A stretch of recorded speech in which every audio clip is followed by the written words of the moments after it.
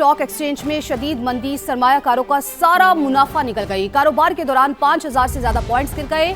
100 index 1,51,000 से 1,46,000 points पर आ गया। इसी पर बात करेंगे। समा के नुमाइंदे रिजवान आलम हमें ज्वाइन कर चुके हैं। रिजवान, क्या सिचुएशन है मार्केट की?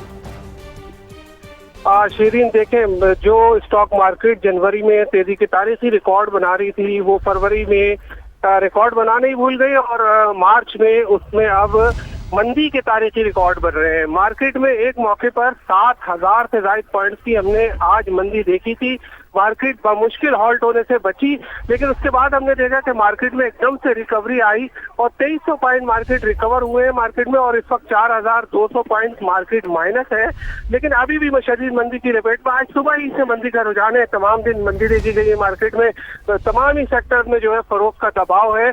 सरमायाकार जंगी सूरत हाल और आलमी मंडी में तेल की बढ़ती हुई कीमतों को लेकर खासे परेशान है, और यही वजह है कि हम देख रहे हैं कि स्टॉक मार्केट जो है वो मुसलसल मंदी के नए रिकॉर्ड बना रही है। मार्केट जो है वो 1,52,000-51,000 पॉइंट से गिरते गिरते 1,44,000 पॉइंट से आ गई थी। इस वक्त 1,45,000 पॉइंट से ऊपर ट्रेड कर रही है। जी ठीक है रिजवान, आप हमें अपडेट कर रहे थे, आपका बेहद शुक्रिया। इसी पर बात करने के लिए हमारे साथ मौजूद हैं माहिर मौशियात हक्कान नजीब साहब।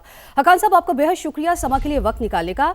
हक्कान साहब, बताइएगा क्या वजह है, सरमायाकार क्यों इतना परेशान है? अब तो आबना हुर्मुज़ से पाकिस्तान के लिए जहाज भी आ रहे हैं और ईरान जंग बंदी के हवाले से भी अच्छी खबरें आ रही हैं।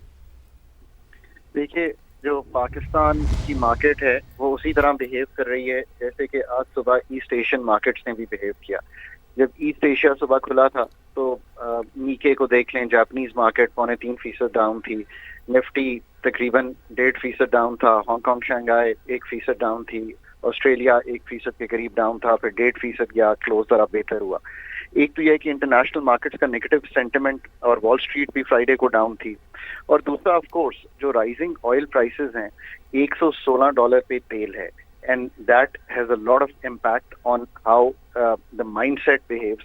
तेल जब भी ऊपर जाता है तो क्या होता है, प्राइसेस बढ़ती हैं तो इन्फ्लेशन आती है, तो आपको एक टाइट मॉनेटरी पॉलिसी जो है वो दिखाई देगी।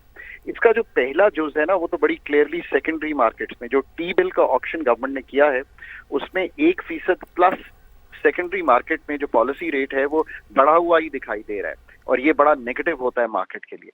ऑफ कोर्स अगर ये वॉर कंटिन्यू करती है तो आपको कुछ अरसे में जो एक्सटर्नल पे प्रेशर है, मतलब अगर हम तेल $20, $30, $40 महंगा खरीदेंगे, हर $10 जो है वो $250 मिलियन पाकिस्तान के करंट अकाउंट को अफेक्ट करता है।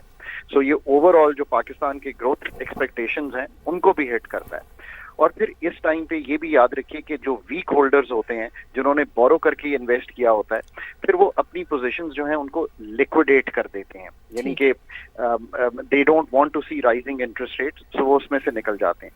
ऑस्टेरिटी मेजर्स का लेना इस मुल्क में या किसी भी मुल्क में, और सब्सिडीज का पड़ना, ये दोनों चीजें भी जो हैं वो फेडरल बजट के लिए कोई अच्छी साबित नहीं होती, क्योंकि ऑस्टेरिटी मेजर्स अगर डेवलपमेंट बजट को काटते हैं तो ग्रोथ इम्पैक्ट होती है। अगर हमारा जो फिस्कल पे 125 अरब रुपया आपने लिया है बोझ, उससे खसारा बढ़ता है। ठीक है, इससे खसारा बढ़ता है। माहिर मौशियात हक्कान नजीब साहब हमारे साथ मौजूद थे, इस पर कमेंट कर रहे थे। आपका बहुत शुक्रिया।